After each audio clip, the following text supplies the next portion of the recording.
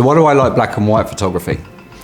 For me, it's timeless, it's classic. I love the look of the tones, the graduation from black through to grey through to white, and it's what got me into photography in the first place.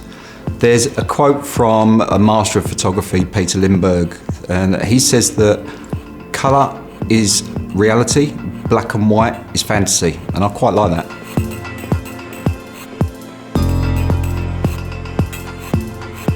So what makes a good black and white image? Same as anything, same with colour images. It's not one thing, but with black and white, it's the graduation in the tones, it's the way you light it, it's having a good team. You need a really strong model, you need a model with good skin, because if you want to go quite contrasty, that's really going to show in her skin. But the bottom line is it's all the elements coming together to make a correct image. And for that, you need to have the lighting absolutely spot on. The graduation between tones, even when you've got really strong contrast, you still need that graduation between light and dark. And a strong black and white image needs to see all those tones. I don't really change the way I light for black and white photography. I tend to use one, maybe two octoboxes, depending on how much shadow fill I want. I tend to feather it for a softer look. By that I mean that I bring the model out of the light so that light is just touching her from the outer edge and making for a much softer look. If I want a more contrasty look, then I will put a grid on one of the soft boxes. That focuses the light a lot more, and whereas in colour that would make a lot of colour shifts, in black and white I can actually do a lot more with that because there's not so much work needed in post, whereas with colour it would need correcting. What lenses do I use? I tend to use two lenses, a 50mm lens and an 85mm lens, depending on whether I want full length or whether I want to come in to crop at 3/4 or half body. 50mm lens I find is good enough for a full length.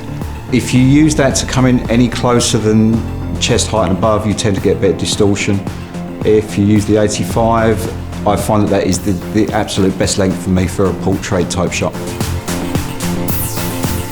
My camera settings when I'm shooting black and white, pretty much the same as I shoot when I shoot in colour. That's between f8 and f11. Unless I really want a shallow depth of field, then I will shoot about 2.8. And that's actually quite nice. If you're coming in and you're shooting something at about half body, you can actually bring the focus right in on the model's eyes. And then the fashion is still there, the clothing's still there, but it's blurred.